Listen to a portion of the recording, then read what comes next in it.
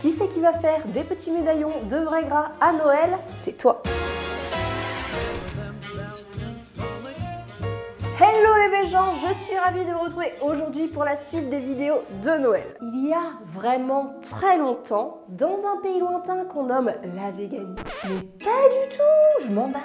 Ça fait juste 2 ans en réalité que je vous avais proposé une alternative au foie gras qui se nomme le vrai gras. J'adore vraiment cette recette et d'après les retours que j'en ai eu et le succès qu'elle a eu tout simplement, je pense bien que vous aussi. C'est d'ailleurs l'une des vidéos qui a fait le plus de vues sur ma chaîne. Mais de temps en temps, je recevais des messages « Marion, tu peux nous faire des médaillons? En plus, ça rime avec ton prénom, donc tu peux nous faire ça s'il te plaît, vite, vite, vite !» Je me suis dit donc que j'allais créer le gras dur. Après le vrai gras, le gras dur, on fait des efforts niveau intitulé ici. Globalement, il a le même goût que le vrai gras. J'ai surtout travaillé la texture pour qu'il soit plus ferme et que vous puissiez faire des tranches. Et comme vous êtes des petits sucres d'orge, je vous ai prévu en prime une recette de chutney. Alors pas à l'oignon ou à la figue comme on voit habituellement, on va changer un petit peu, allez, un petit twist.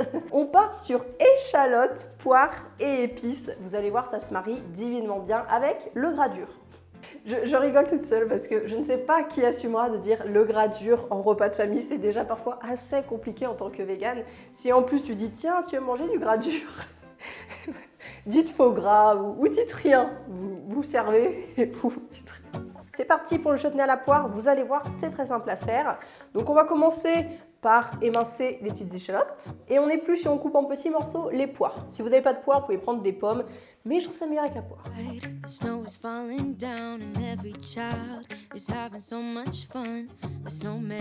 Et là c'est facile, il faut tout mettre dans la casserole. Alors je vous conseille une petite casserole.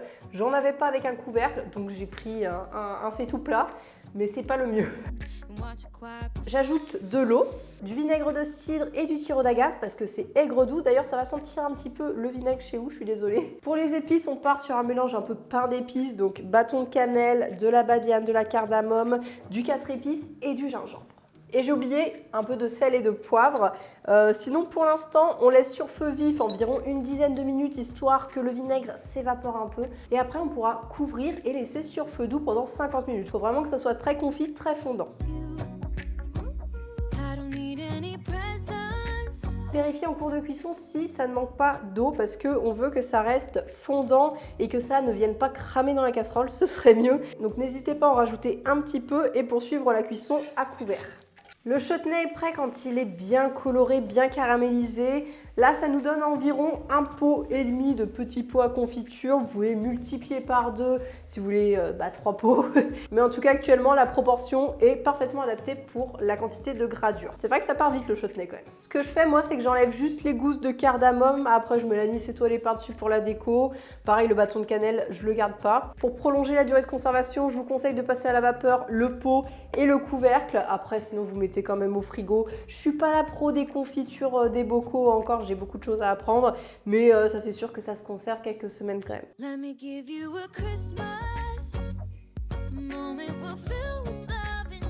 Et c'est parti pour le gras dur. La veille ou minimum 4 heures avant, il faudra faire tremper vos noix de cajou naturelles, donc non grillées, non salées. Le jour même de la réalisation, c'est dur à dire. Le jour J, vous aurez besoin d'eau bouillante pour faire une petite infusion de champignons. Donc comme avec le vrai gras, on va utiliser seulement le jus. Les champignons, vous les gardez pour le soir pour vous faire des petites pâtes aux champignons si vous avez envie. Et c'est un peu comme une tisane. On prend des champignons secs parce qu'on veut qu'ils diffusent leur saveur dans l'eau. Donc ça se trouve assez facilement dans les supermarchés. Moi, ce que j'aime bien, c'est prendre un petit mélange forestier. Sinon, vous pouvez prendre 100% cèpe. Souvent, c'est au rayon conserve ou d'ailleurs conserve des champignons bocaux. Donc là, on les oublie, on les met de côté pendant une dizaine de minutes. Les noix de cajou, je vais en profiter pour les égoutter et les rincer dans l'évier. On va pas utiliser l'eau de trempage. Puisqu'on parle d'eau, j'en profite parce que j'ai eu des surprises l'année dernière.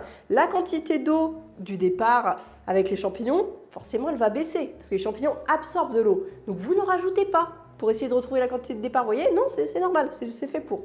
Comme d'habitude, on va tout mixer, mais avant on va faire fondre de l'huile de coco désodorisée, très important, Et le petit nouveau de cette année, du beurre de cacao, désodorisé également. On ne veut pas que notre gradure ait le goût de chocolat. Alors là, je vous le dis tout de suite, ça me fait un peu chier de l'utiliser parce qu'on trouve difficilement. Mais j'avais pas le choix. C'est pour ça que dans la version initiale, je me suis dit je vais tout faire à l'huile de coco. Mais là, pour une version plus cassante, un petit peu plus ferme, quoi, forcément, on est obligé de passer par le beurre de cacao. Donc j'en ai pas trouvé en magasin bio nulle part, j'ai dû le commander sur internet. Je l'ai trouvé comme ça, je vous mettrai un lien si vous voulez en barre d'infos. Pour les Parisiens, je pense que vous pouvez en trouver peut-être plus facilement en magasin, mais sinon, commandez sur internet un petit lot pour plusieurs années, ça se conserve sans problème. Donc je mélange les deux ensemble, hop, on y va. L'huile de coco, elle va fondre plus vite que le beurre de cacao, mais ça va finir par fondre. Et si vous n'avez pas de micro-ondes, un bain-marie, ça ira très bien. Et on y met environ 1 minute 30 au micro-ondes. On commence par mettre, peu importe, il n'y a pas d'ordre, mais les noix de cajou. Il faut bien commencer quelque part. L'infusion de champignons. Alors là, vous ne pressez pas les champignons dans la passoire, vous laissez faire la gravité, tout simplement. De la levure maltée pour le petit goût pâté. Le miso blanc, il faut faire attention, je vous explique. L'année dernière, j'ai changé de marque et je me suis dirigée vers un miso blanc asiatique, mais qui est, je crois, 3 fois plus salé que celui que je prenais pour la recette. Donc quand j'ai voulu refaire mes essais, je me suis dit, mais il y a un truc qui va pas là, c'est ma recette de base, c'est trop salé. Donc je vous conseille de prendre un miso blanc qui est doux, qui est peu salé et qui est sucré, c'est ce qu'on attend aussi de lui. Je prends celui de la marque Danival qu'on trouve en magasin bio qui a 3 grammes de sel pour 100 grammes. Et surtout, vous l'aurez compris, pas de miso brun, de miso d'orge qui serait beaucoup trop salé pour cette recette. J'ajoute les matières grasses fondues. Et on ajoute l'armagnac ou le cognac, le vinaigre de cidre, le concentré de tomate, le sel, les épices et l'agar-agar. Et on mixe pour obtenir une texture bien lisse. Allez, on se dépêche parce qu'il faut que ça aille vite après. On aura besoin d'emporte-pièce de 8 cm. Après, c'est pas grave si vous prenez un petit peu plus gros. Donc, vous en prenez 2 et vous obtenez 10 médaillons de gradure. Vous les déposez sur un papier cuisson pour éviter pour que ça se démoule bien. Et on peut commencer. Donc là, on fait chauffer sur feu moyen, moyen doux, mais il faut quand même que ça épaississe. On aura besoin un petit peu de la maryse, histoire de récupérer toute la préparation. Et là, ce que je faisais à la maison, en tout cas sur mon feu, c'est que je mettais un chrono de 3 minutes. Au bout de 3 minutes, ça commence à épaissir et je mettais encore 30 secondes et là, j'obtenais la texture parfaite. Donc, vous fouettez surtout constamment, vous ne vous arrêtez pas. Alors, c'est vrai que c'est important de ne pas mettre ni trop fort ni pas assez parce que sinon, l'agar-agar, elle ne va pas agir. Et il est possible que votre gradure tranche comme le vrai gras. Je n'ai pas eu encore ce problème. La seule fois que je l'ai eu, c'était dans un live d'ailleurs.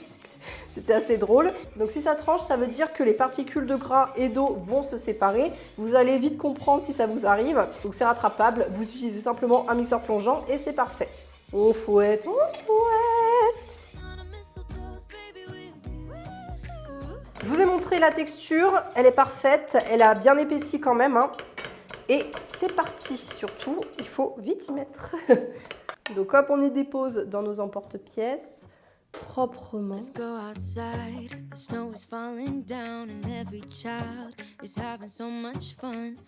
Pour finir, on lisse le dessus avec une cuillère, histoire que ça soit parfait. Si la première tranche, elle a un petit peu séché, là, vous voyez le petit bout, là, justement, au moment du service, vous coupez, vous retournez, personne n'y verra rien. Pour que ça sèche pas trop et limiter la casse, je rajoute un film au contact. Et l'étape cruciale maintenant pour que ce soit bien un gradure, c'est le repos au frais. Je vous conseille 24 heures, c'est non négociable. Au bout de 12 heures, il peut se trancher, bien sûr, mais il ne sera pas aussi ferme. Donc voilà, soyez patients. Allez, je me débouche un petit Montbazillac qui va très bien avec et on passe au dressage.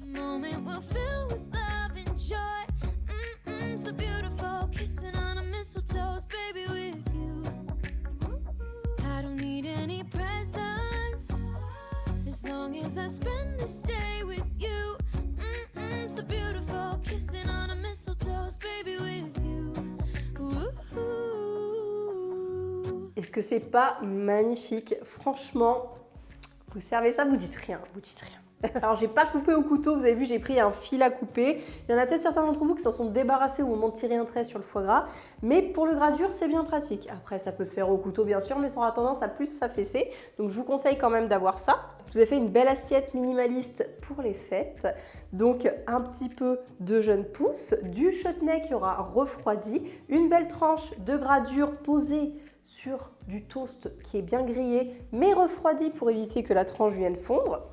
Oui, parce que forcément il va fondre au contact de la chaleur. Et par-dessus des beaux cristaux de sel avec un mélange 5 baies. C'est aussi pour ça que c'est important que le gradient ne soit pas trop salé, parce que les petits cristaux de sel, c'est sympa sous la dent. Je pense que les images parlent d'elles-mêmes. J'ai vraiment hâte d'avoir vos retours sur cette deuxième version.